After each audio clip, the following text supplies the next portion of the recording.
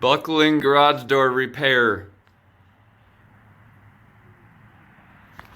Here's what you need.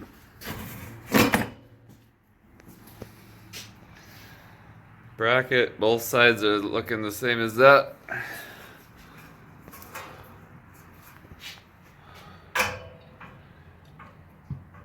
Put her up there, right in that bolt. I'll be back when it's done. Alrighty guys, so as you can see, it's already fixed the buckling. You use the existing bolts here. Then you're gonna wanna buy some self-drilling screws, whatever you want, from Menards. That's where I got this bracket and the screws. And then just make your own hole there. And here. And then of course we're gonna wanna sink it in tight here too. And wherever else you want. Just put them in.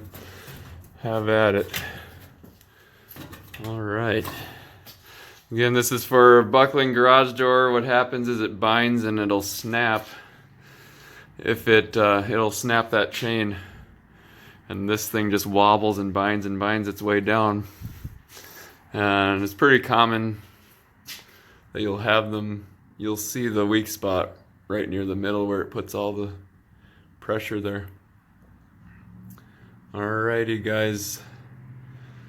So best of luck. Pretty cheap repair. The bracket there was 17 bucks. The screws are about $6. And it's only taken me about 5 minutes so far. So not bad at all.